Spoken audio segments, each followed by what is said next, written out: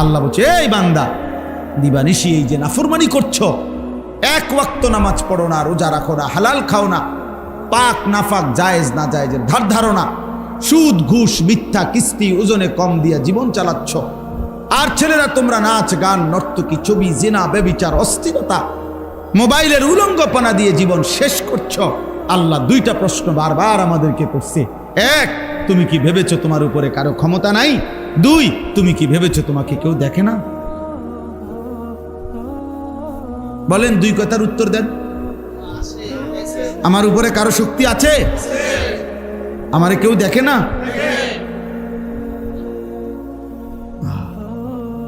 আল্লাহ বলবেন হাসরের ময়দানে যখন জাহান্নামের ঘোষণা হবে, আর একটা চিৎকার মারবে, আমল নামাটা যখন বাম হাতে আসবে, একটা চিৎকার মারবে, চিৎকার দিবে, তখন আল্লাহ তাআলা তখন বলবে, আলাম নাজআল লাহু আইনাইন, আমি কি তোমাকে দুইটা চোখ দেই নাই? ওয়া লিসানান, আমি কি তোমাকে একটা জিহ্বা দেই নাই? ওয়া শাফাতাইন, আমি কি তোমাকে দুইটা ঠোঁট দেই নাই? ওয়া হাদাইনাহুন নাজদাইন, আমি কি তোমাকে সত্য মিথ্যা, আলো অন্ধকার, জায়েজ না জায়েজ, হালাল হারাম সব স্পষ্ট দুইটা রাস্তা আলাদা আলাদা কি বলে দেই নাই? কথা বলেন না কেন? কুকুরকে হারাম করছে কে? ছাগলকে হালাল করছে কে? ব্যবসাকে হালাল করেছে কে? সুদকে হারাম করেছে কে? আপন স্ত্রীকে হালাল করেছে কে? ভিন নারীকে হারাম করেছে কে? তো আল্লাহ বলছে, আমি কি করি নাই? ওয়াহাদাইনাহুন নাজদাইন, আমি তো চলার দুইটা পথ ভিন্ন ভিন্ন বলে দিয়েছি, এটা জায়েজ এটা না জায়েজ, এটা হালাল এটা হারাম, এটা করো এটা ছাড়ো, বলে নাই? তা আমি চোখ দিলাম, জবান দিলাম, ঠোঁট দিলাম। উদাহরণ হইল দুইটা তিনটা অঙ্গের নাম বলছে, উদ্দেশ্য পুরা শরীর। এমন সুন্দর বডি দিলাম, চলার পথ বলে দিলাম, পথ হারাইলা কেন? বুঝেন নাই কথা? জাহান্নামী কেন হইলা না ফরমান? চিল্লাও কেন? চিৎকার দিলা কেন? বলো কি কারণে? কি কারণ? আল্লাহ নামাজ দে 5 ওয়াক্ত, এই কথা আজ হাসরের মাঠে প্রথম শুনলাম। এটা বলতে পারবেনি কেউ? কথা বোঝেন না আপনি? সুদ যে হারাম, আল্লাহ বিশ্বাস করেন, খোদার কসম মাওলা, কবরে আসছি আর আমার একজন ফেরেশতা আলগায় উনি কইয়া গেছে, শুধু নাইলে একটা হুজুর, এই ডাকাইতা হুজুররা কোনোদিন আমার এটা বলে নাই। এমন কথা বলতে পারবে কে? আল্লাহ বলছেন, আমি চোখ দিয়েছি, জবান দিয়েছি, ঠোঁট দিয়েছি, চলার রাস্তা বলে দিয়েছি। কেন পথ হারাইলা? কেন জাহান্নামী হইলা? এই শেষ কথা, এই 10 আয়াতের তর্জমা শেষ। তাইলে কি বক্তব্য হলো? এতক্ষণ লম্বা বয়ান করার কোনো ইচ্ছা ছিল না,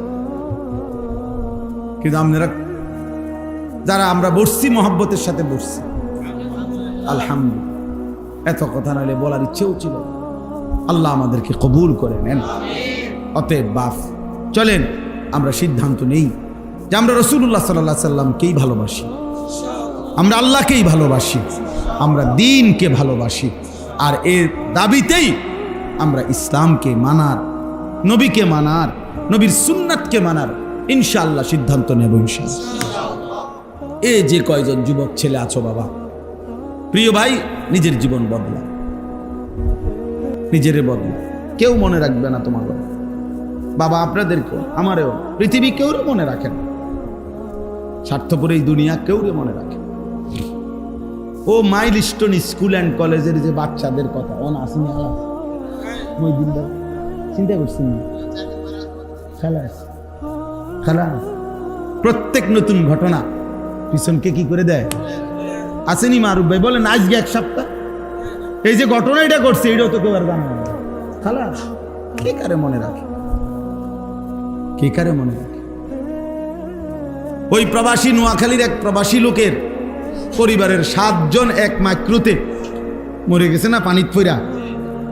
ওই লোকের সাক্ষাৎকার আমি নিজে শুনছি। সে কানতে কানতে বলছে, কয় যে আমি শত শত মানুষ পারে আইসা দাঁড়াইছে, আমি চিৎকার করছি, কাকুতি মিনতি করছি, কেউ আমার লোকগুলারে ধরলো না, সবাই শুধু ছবি উঠাইলো, ভিডিও করলো। এই কথা সে বলছে। সবাই কি উঠাইলো? ছবি উঠাইলো, ভিডিও করলো। সবাই ব্যস্ত ভিডিও নিয়ে, ছবি নিয়ে। কত বড় নিকৃষ্ট মানুষ। খবরে আসছিল যে মাইল স্টোনে যখন এই আগুনের এই হাহাকার, চিল্লা চিল্লি বাচ্চাগুলার নিয়ে আর মানুষ নামের কয়েক কিছু পশু, তখন এক বোতল পানির দাম বলে ফেলছে 600 টাকা। এক বোতল পানির দাম বলে ফেলছে 600 টাকা। রিক্সা ভাড়া হয়ে গেছে 500 টাকা। আর এই অগ্নিদগ্ধ ছেলে দেখে তারে রিক্সা তো নেন। এরই নাম বাংলাদেশ, এরই নাম আমাদের মানবতা। হ্যাঁ, সবাই ব্যস্ত ছবি, সবাই ছবিতে ব্যস্ত। কুষ্টিয়ায় 2টা ছেলে, 10টা ছেলে একসাথে বাইক রেস দিছে মোটরসাইকেল দিয়া, ব্যস্ততম চলাচলের রাস্তা। এই কিছুক্ষণ পরে একটা পিকআপের মধ্যে 2টা ছেলে বাড়ি খেয়েছে, শেষ। একদম শেষ না, শুধু টুকরা টুকরা হয়ে গেছে। একটা জিনিস ব্রাস্ট হইলে যেমন ফাইটা যায়, টুকরা টুকরা হইয়া পুরাটা রাস্তা ছিটায় পড়ছে। অথচ তাদেরই মোটরসাইকেলে লাইভ চলতেছিল। হ্যাঁ, তাদের কপালে, তাদের তোর লাইভেই দুনিয়াবাসী তোকে দেখে, তোর করুণ মৃত্যু দেখে। এখন আর কে দেখবে তোমার লাইভ? ওই মোটরসাইকেল আর কে চালাবে? তোমার তো কবর দিবার মতো লাশটাও আর খুঁজা পাইছে না, টুকরা টুকরা হয়ে গেছে। পোদ্দার বাজারে যেটা, এই পাশে বাস, এই পাশে লরি, সুস্থ স্বাভাবিক স্বাভাবিক আল্লাহর বান্দা যাইতেছে প্রাইভেট কারে, বলে বাড়ির কাছে আসা পড়ছে। আর সর্বোচ্চ 20 মিনিট পোদ্দার বাজার থেকে পড়ুরা যাইতে না 30 মিনিটের ব্যাপার। সর্বোচ্চ 20 থেকে 30 মিনিট বাড়ি আর সামনে, পুরা রাস্তা তো এসে পড়ছে। বুঝেন, ঢাকা থেকে এই জ্যাম জুম বাইঙ্গা সব করে ইউটার্ন নিয়ে আনাইছে, বাড়ির কাছে যাবে শুধু আর 20টা মিনিট। হঠাৎ কথা নাই বার্তা নাই, লরিটা কাইত হইয়া একদম সমান করে লাইছে, প্রাইভেট কারটা একদম মিশে লাইছে। 4টা মানুষ, সন্তান নিজে গাড়ি চালাইতেছে, তারই বাপ, তারই আব্বা মা, তারই ছোট ভাই, একসাথে মনে হয় যেন মিলেমিশে দুনিয়াকে বিদায় জানায় চলে গেছে। এভাবে কি একদিন? প্রতিদিন, প্রতি ঘন্টায়। কোন সেকেন্ডের নিরাপত্তা আমাদের নাই বাবা। অতএব আমরা প্রত্যেকে ইনশাআল্লাহ আখিরাতকে ভাবি, কবরকে ভাবি। 30 বছর মহিলা বেপর্দা, 40 বছর মহিলা বেপর্দা, প্রতিদিন মহিলার আওয়াজ পরপুরুষ শুনে, পরপুরুষ শুনে। একবার জীবনে নবীর স্ত্রীরা 9 জনে নবীজির কাছে বলছে, আমাদের খাদ্য খাবারের একটু কষ্ট হয়, আপনি যে অতিরিক্ত যুদ্ধের যে সম্পদ পান সেখান থেকে আমগো বরাদ্দ মাঝে মধ্যে গনিমতের মাল পাইলে একটু বাড়াইয়া দিলে হয় না? এই কথাটা একবার জীবনে বলছে রাসূলুল্লাহ সাল্লাল্লাহু আলাইহি ওয়াসাল্লামের স্ত্রীরা 9 জন।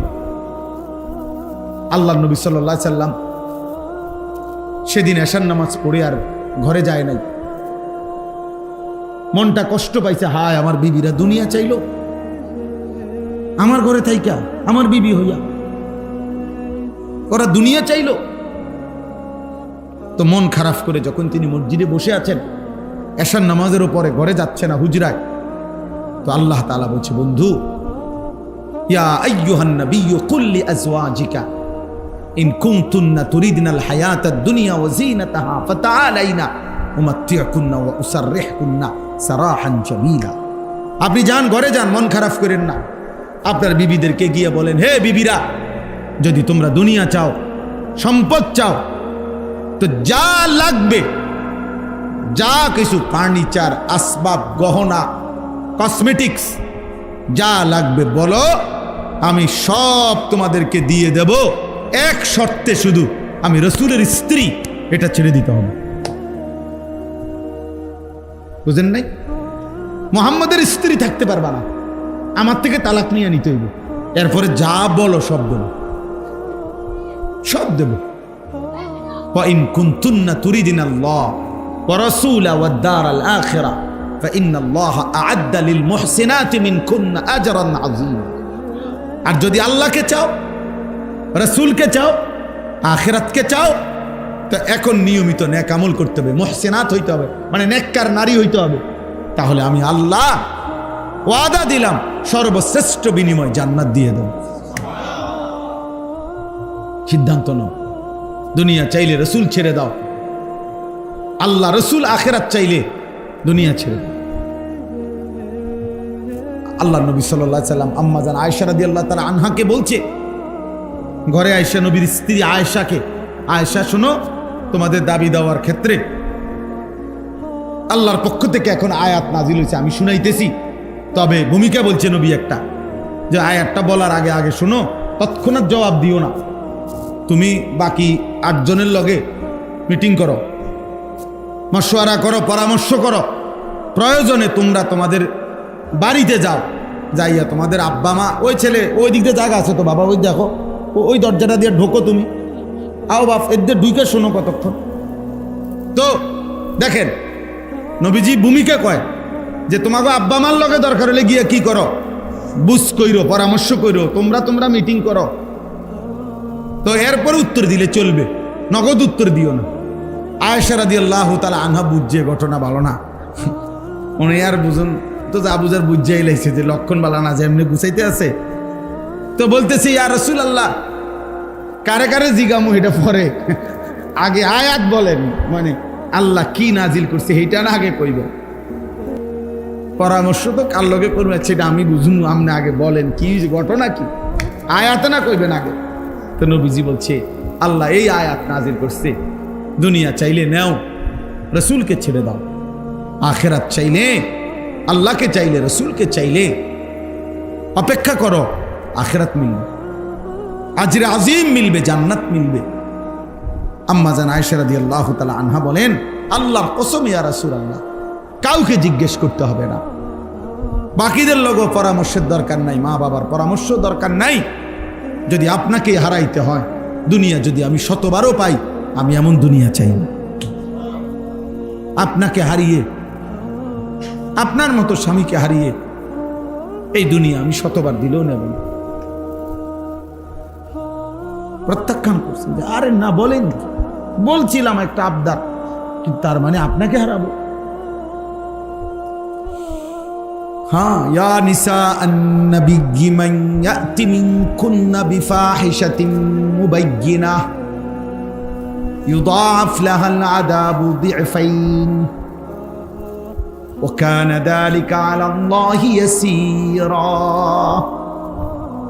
আল্লাহ বলে দিলেন, হে নবীর স্ত্রীগণ, ইমানদার নারীগণ, শুনে নাও, তোমাদের মধ্য থেকে যে কেউ যেই কোনো রকমের অশ্লীলতা বেহায়াপনা করবে, নারী হয়েও আমি আল্লাহ ওয়াদা দিলাম, কোন ইমানদার নারী যদি জিনা, ব্যভিচার, বেহায়া, হারাম সম্পর্ক, কোন ছেলের সাথে, ভিন পুরুষের সাথে, অবিবাহিত কিংবা বিবাহিত, যে কোনো অবৈধ সম্পর্ক, গুনাহের কোনো কিছু করবে, অশ্লীলতা, বেহায়াপনা, আল্লাহ বলেন আমি ওয়াদা দিলাম, ইউদাআফ লাহাল আযাবু দি'ফাইন, তাকে তার প্রত্যেকটা পাপের কারণে দ্বিগুণ দ্বিগুণ শাস্তি দেব। নারী হইয়া বেদ্য হইলা কেমনে? নারী হইয়া চরিত্রহীন হইলা কেমনে?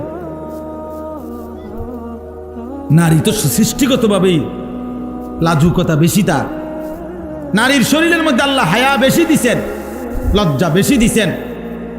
সেই নারী যখন লজ্জা ভেঙে ফেলে, ওই মেয়ে যখন অসভ্য হয়, তো এটা একেবারে ফসা দুর্গন্ধ, লাশের চাইতে বেশি দুর্গন্ধ চড়া। হ্যাঁ, কারণ আল্লাহ তাআলা তো পুরুষের চাইতে বেশি হায়া, লজ্জা, শালীনতা নারীর মধ্যে বেশি দিছিলেন। কিন্তু সে যখন ওইটাও ডিঙ্গে এলাইছে, আমরা বুঝেন না কেমন অসভ্য? এই জন্য আয-যানিয়াতু ওয়াজ-যানি, এই জন্য কোন ছেলে মেয়ে যদি জিনা করে, নারী পুরুষ যদি জিনা করে, ব্যভিচার করে, আল্লাহ যে শাস্তিটা বলছে কোরআনে, এক্ষেত্রে নারীর কথা আগে বলছে। চুরির ক্ষেত্রে পুরুষের কথা আগে বলছে। আস-সারিকু ওয়াস-সারিকাতু, পুরুষ চোর মহিলা চোর। আর আয-যানিয়াতু ওয়াজ-যানি, মহিলা ব্যভিচারিণী এবং পুরুষ ব্যভিচারী। মহিলার নাম এখানে আগে কইছে যে ব্যভিচার যদিও করছে দুইটা মিল্লা অসভ্যতা, কিন্তু এই ক্ষেত্রে ওই মেয়েটা নারীটা বেশি অসভ্য, ও বেশি চরিত্রহীন। কারণ আল্লাহ তাআলা পুরুষের চাইতে বেশি হায়া, লজ্জা, শালীনতা তারে দিছিল বেশি, সে ওটা ভেঙে গেছে। আল্লাহ আমাদের বোনদেরকে হেফাজত করেন, আমাদের মেয়েদেরকে হেফাজত করেন। বর্তমান আধুনিক প্রযুক্তি সিস্টেম এমন বানাইছে 800 কোটি মানুষের সাথে মনে হয় যেন একজন একজন করে জিন লাগায় রাখছে, জিনের মতো। অর্থাৎ আপনার চিন্তা, চেতনা, ইচ্ছা, আকাঙ্ক্ষা, ভাবনা কি, ওইটা পর্যন্ত সে বলে দিবে। আপনি শুধু সার্চ দিয়ে জিগাইবেন যে আনিসুর রহমান আশরাফী সাহেব কি পছন্দ করে, ওনার বয়ান কি বলতে ভালো লাগে ওনার কাছে, কই আছেন হেডায়, হে আপনার জিনের মতো করে। হ্যাঁ, তুমি দেখো এই আইতে আমার নামে জিগাই দেখেন কি করে, ঠিক যেটা আপনারা শুনছেন এমনই করি। আশ্চর্য। কুমিল্লা শহরে ঠাকুরঘরা বাসা, দুইজন বলে এটা কিটা মানুষ না জিন, আল্লাহ। তাইলে প্রতিটা মানুষকে পরিবর্তন করার, তারা তাদের মতো করে ইহুদিরা, খ্রিস্টানরা, ইসলাম বিরোধীরা বানানোর ষড়যন্ত্র। চুল, চেহারা, লেবাস, পোশাক তো বদলেই দিছে, দেখলে কি আর বোঝা যায় এক নজরে সে মুসলমান? দাড়িবিহীন মানুষ কেমনে বুঝবেন সে মুসলমান? চুল কাফের বেঈমানের মতো কেমনে স্বীকৃতি, আমরা সাক্ষী দিবেন কিভাবে, কোন যুক্তিতে? ও মুসলমান কিসে? এক ওয়াক্ত নামাজ পড়ে না কোনোদিন মসজিদে, আর আপনি কিভাবে সাক্ষী দিবেন মুসলমান? ফজরের নামাজ 365 দিনে কোনোদিন পড়ে না, আপনি ওরে কিভাবে মুসলমান বলবেন? রসুল বলে নাই, নবী সাল্লাল্লাহু আলাইহি সাল্লাম ওরে মুসলমান বলে নাই। নবীজি বলছে লা ইয়াশহাদুহুমা মুনাফিকুন। এশার নামাজ এবং ফজরের নামাজ বিশুদ্ধ হাদিস, নবীজি বলছে যে মুনাফিক সে এশা এবং ফজরের জামাতে আসে না। তাহলে ফজরের নামাজের অনুপস্থিত ব্যক্তির জন্য নবীজি কি পরিচয় দিচ্ছেন বলেন না কেন? তাহলে সুপারিশ কে করবে? তার আব্বাই, তার বাফিনী সুপারিশ করবে। হ্যাঁ, আপনি ফজরের নামাজ পড়েন না, আপনারে আপনার নবী বলছে মুনাফিক তুই, তাহলে এবার হেরে সুপারিশ কে করবে? তার আব্বাইনি সুপারিশ করবে, তার দাদানি সুপারিশ করবে। বলেন, সুপারিশ যিনি করবেন তিনি তো বলতেছেন সে মুনাফিক। কথা বোঝেন নাই? তাই কে সুপারিশ করবে? তাই আপনি বলেন, বলো ছেলেরা, তোমার নবী যে তোমার সুপারিশ করবে, তো তিনি তো বললো তুমি মুনাফিক, তো মুনাফিকের জন্য উনি সুপারিশ করবে কিভাবে? কাফেরের জন্য উনি সুপারিশ, তিনি বলছেন মান তারাকা সালাতাম মুতাআম্মিদান ফাকাদ কাফারা। হাদিস কিনা? আল্লাহর নবী বলেন যে ইচ্ছে করে নামাজ ছেড়ে দিল ফাকাদ কাফারা। বলেন চাচা, অর্থ আমনেও বুঝবেন এটা, ওই দেহটাই তো বুঝছি। ফাকাদ কাফারা, সে কুফরি করলো।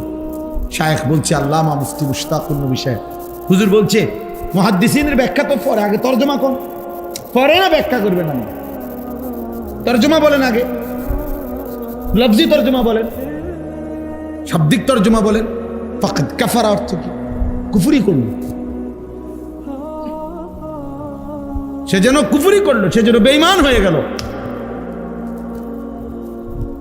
আর কি বলতো নবী? বাংলা বলতো আর মাথার বাড়ি দিত। আর নবীজি বললেন, জামাতে আসলা না, আমার মন চাই তোরে ঘর সহ আগুনে পুরাই ফেলি। বলে নাই আল্লাহ রাসূল, বিশুদ্ধ হাদিস, লা উহাররিকান্না বুয়ুতাহুম, আমার মন চাই যে মানুষগুলো নামাজের জামাতে আসে না, রাসূল সাল্লাল্লাহু আলাইহি সাল্লাম বলে আমার মন চাই আমি তাদের ঘরগুলো আগুনে পুড়ায় ফেলি। তার শুদ্ধ আফু, কি পরিমাণ রাগ করছে নবী, কথা বলেন না, না এটা খুব আদর করে গেছে, না এই কথার দ্বারা বোঝা গেছে নবী এর প্রতি খুব আদর। তাইলে আপনি ফজরের নামাজ জামাতে পড়বেন না, নবী আপনার আদর। আল্লাহ নবী কি বললেন? আচ্ছা এটা কেন বললেন? যিনি রাহমাতুল লিল আলামিন নবী, দয়ার সাগর যিনি, মহাসাগর, তিনি বলতেছেন নামাজ পড়লি না, ঠিক আছে মনে রাখিস তোর হাসর হবে ফেরাউনের সাথে।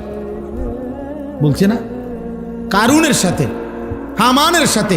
উবাই ইবনে খালাফ মক্কায় নবীজির বিরোধিতাকারীদের মধ্যে সবচেয়ে বেশি যারা বিরোধিতা করছে নবীজির, এর মধ্যে একজন উবাই ইবনে খালাফ, আবু জাহেল আবু লাহাবের মতো নিকৃষ্ট কাফের। রাসূল আর কি বলতো, আর কি বলতো?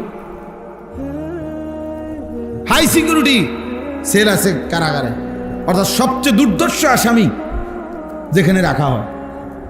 রাসূল বলছে বেনামাজি তোরে ফেরাউনের লগে দাঁড় করানো হবে, মনে রাখিস। তোরে কারুনের সাথে, নমরুদের সাথে দাঁড়। পৃথিবীতে উদাহরণ দেওয়ার মতো একজন ছেলে বলো বাবা, তুমি বুঝো, পৃথিবীতে উদাহরণ দেওয়ার মতো এর চাইতে বড় কোনো কাফের আছে? তো নবীজি সাল্লাল্লাহু আলাইহি সাল্লাম কি পরিমাণ গুসা করছে কথা, নাকি এটা আদর করে বলছে, না মস্কারি করছে, ঠাট্টা করে? রাসূলুল্লাহ সাল্লাল্লাহু আলাইহি সাল্লাম যেটা বলছে এটা ঠাট্টা করে বলছে কোন আমি না, এটা মনে হয় এমনি কইছি, আরে আসলে কোনো এরম হইতো না তো। তাইলে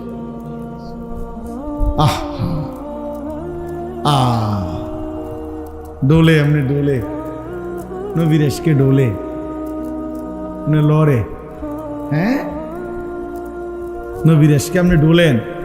সেজদা কোথায়? নামাজের জামাত কোথায়? চেহারায় দাড়ি কোথায়? বিবির পর্দা কোথায়? ফজরের নামাজের সেজদা কোথায়? বিশুদ্ধ কোরআন তেলাওয়াত কোথায়? পাক নাফাক কোথায়? হালাল হারাম কোথায়? হ্যাঁ, সুদখোর নবীর আশেক বলেন না কেন? কিস্তিখোর যে কিস্তি নেয় ওই নবীর আশেক বলেন না কেন চাচা? যার ঘরে প্রতিদিন রঙিন টেলিভিশন চলে, নাচ গান নাটক সিনেমা, ও নবীর আশেক।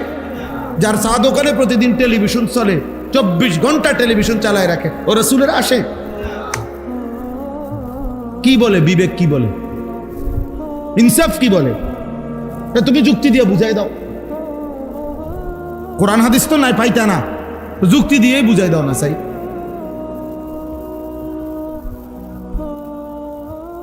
অথচ আল্লাহ তাআলা নবী সাল্লাল্লাহু আলাইহি ওয়াসাল্লামকে কি পরিমাণ ভালোবাসতেন,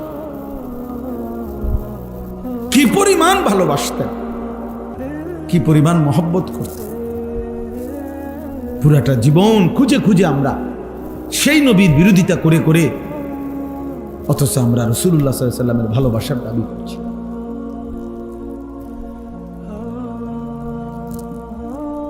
আজকেও আমার কাছে একটা কিতাব আছে, আল ইশক।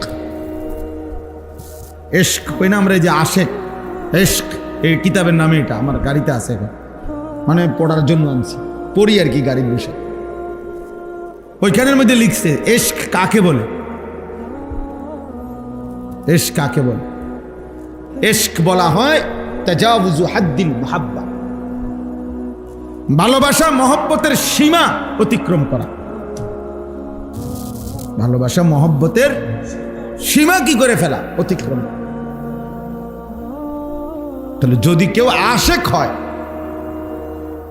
তো এটা তো ভালোবাসার চূড়ান্ত স্তর, যে যেখানে কোনো নিয়ম কানুনে মানে না, শুধু ভালোবাসে ওই প্রিয়জনকে ছাড়া, যার কল্পনায়, যার চেহারায়, যার সুরতে আর কোনো কারো চিহ্ন ভাসে না, তাকে না বলবো কি মিয়া আশা। তাজাউযু হাদ্দিল মুহাব্বা, মোহাব্বতের হদ, সীমানা অতিক্রম করা ইশক। এজন্য ইসলামের মধ্যে এটা খুব চাইছে এমন কিচ্ছু না। এই জন্য কোরআন সুন্নাহর মধ্যে ইশক শব্দ নাই, কোরআনেও কোনো আয়াতে নাই, হাদিসেরও কোনো শব্দে এই শব্দ নেই। মানে আল্লাহ এবং তার রসুল যেন বলছে, বাবুরে আমার সীমানা ফারণ দরকার নাই, তুমি সীমানাত থাকো, মহব্বতেই করো। কথা বুঝেন নাই? সীমানা ফারণ লাগবে না, জাগাত থাকো, তুমি সীমানার মধ্যে থেকেই মহব্বত করো, ভালোবাসো, ভালোবাসো। এই জন্য কোরআনে কোনো ইশক শব্দ নাই, বুঝছেন না? হাদিসেও নাই, আছে মহব্বত। কোন শব্দ আছে? মুহাম্মদ। লা ইউমিনু আহাদুকুম হাত্তা আকুনা আহাব্বা ইলাইহি মিন ওয়ালিদিহি ওয়া ওয়ালাদিহি ওয়ান নাসি আজমাইন। আল্লাহর নবী সাল্লাল্লাহু আলাইহি ওয়াসাল্লাম বলেন, তোমাদের পিতা মাতা সন্তানাদি সমস্ত মানুষের চাইতে যদি আমাকে সবচেয়ে বেশি মহব্বত না করো, তাহলে পূর্ণ মুমিন হতে এই যে মহব্বত। আল মারউ মা'a মান আহাব্বা, নবী সাল্লাল্লাহু আলাইহি ওয়াসাল্লাম বলে, যে যাকে মহব্বত করবে তার সাথেই তার কিয়ামত হবে, হাসর হবে। এই যে মহব্বত শব্দ বারবার এটা কোরআনে আছে। আহাব্বা ইলাইকুম মিনাল্লাহি ওয়া রাসূলিহি ওয়া জিহাদিন ফি সাবিলি ফাতারাব্বাসু। আল্লাহ বলে, তোমার দুনিয়ার স্ত্রী, সন্তান, ভাই, বেরাদর, মা, বাবা, স্বজন, তোমার ব্যবসার মাল, তোমার সাজানো বাড়ি, তোমার উপার্জনের সব কিছু, এই সব কিছুর চাইতে যদি আল্লাহ এবং তার রসুল এবং আল্লাহর পথে জিহাদ, এটা যদি সবচেয়ে প্রিয় মহব্বতের না হয়, ফাতারাব্বাসু, তাহলে আল্লাহর পক্ষ থেকে আযাব আসার অপেক্ষা করো। কোরআন শরীফের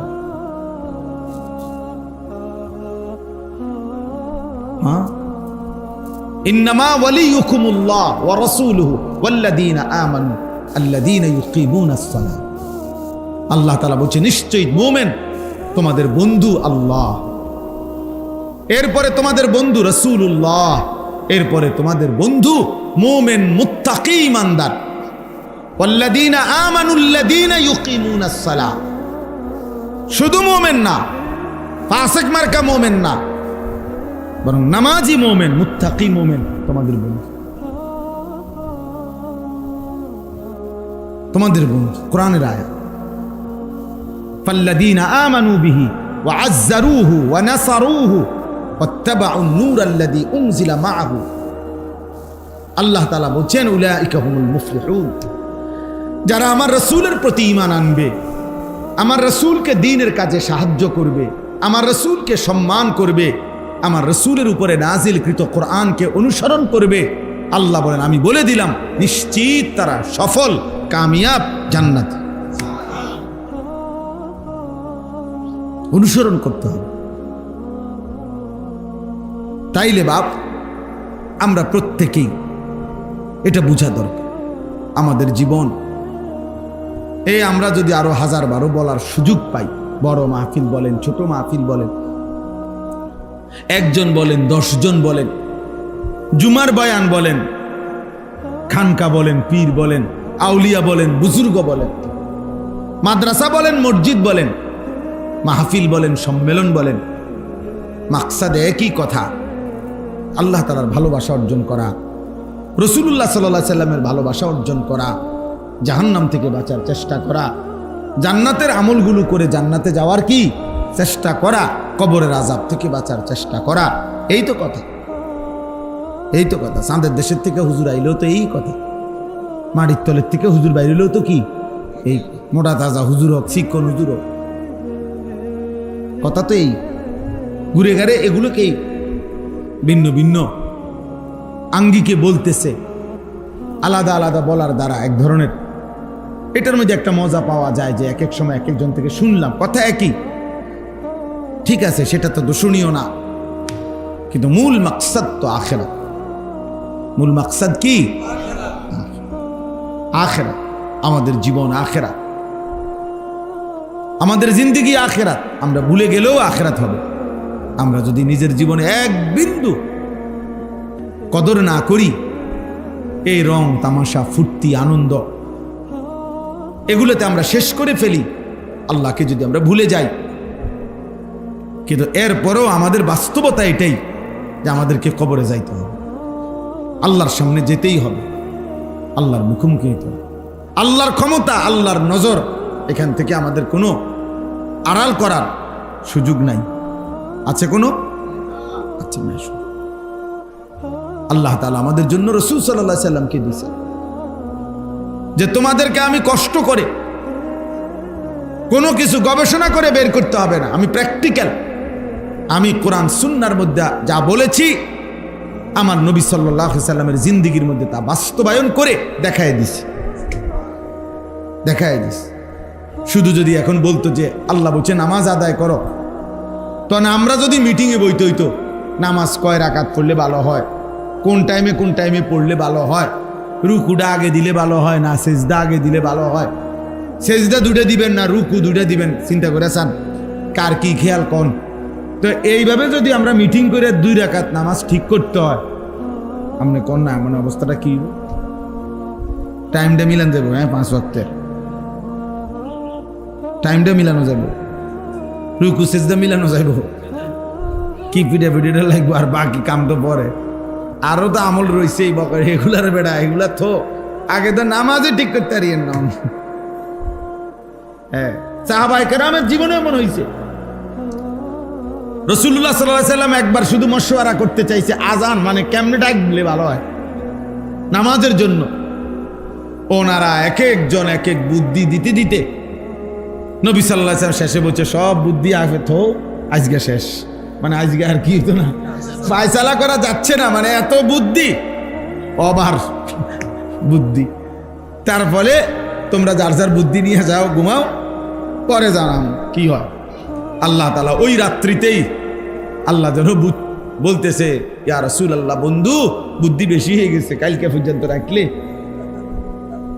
এই বুদ্ধি মানে এগুলা পরে সামালে দেওয়া যেত না।